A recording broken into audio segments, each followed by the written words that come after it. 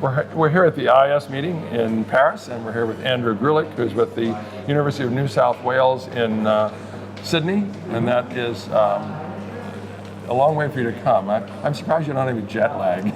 We're used to it. We're used to it. But we're going to be talking, in this case, about prevention.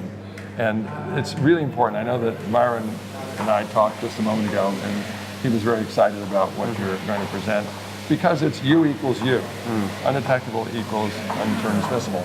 So set us up within the context of what's going on today. Sure.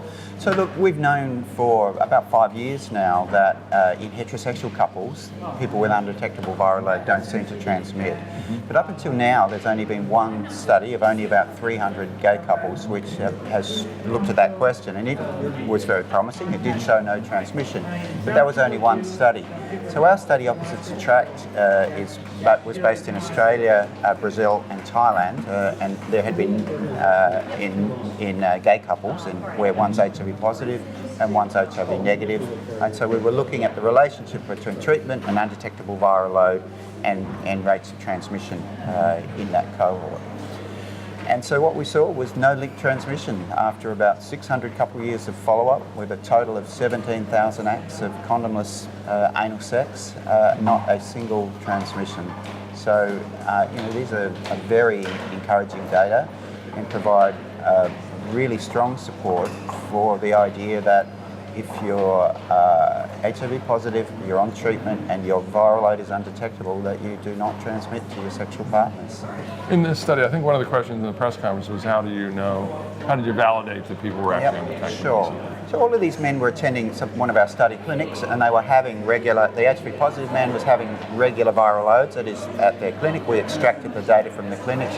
The negative man was having regular HIV antibody tests at the clinic. So the data we've got on viral load in clinic are taken directly from clinic records. They're as accurate as you could possibly get. How do you think we can roll this out? Because I know there's a gentleman who's really doing a lot of work right now and trying to get where the rubber meets the road. And, because it's physicians, it's clinics, it's prevention areas, it's health departments, it's governments. It's a lot of people need to be up to speed on this. Yeah, no, you're right, and I think there are parts of the world that are already acting on this, on these results already. I think we do need to work with clinicians to make them comfortable with this idea. We do need to emphasise to HIV positive people that it's not just about being on treatment, it's about being on treatment for sufficiently long to get your viral load undetectable, and generally we say... And confidence in your taking the treatment every day. And every day that you're adherent, that's right, because if you're not taking it, if you have frequently missing pills, then you're going to get resistant virus, and then you're certainly at risk of passing on HIV. But if you're adherent to medication, your last test is undetectable, then that undetectability generally lasts. Little blips, small level blips, they don't appear to matter, because our study, we had plenty of people with viral blips and still no transmission. But we still have to tell people that, don't give them the safety factor too much, because we really need the people to be on treatment all the time.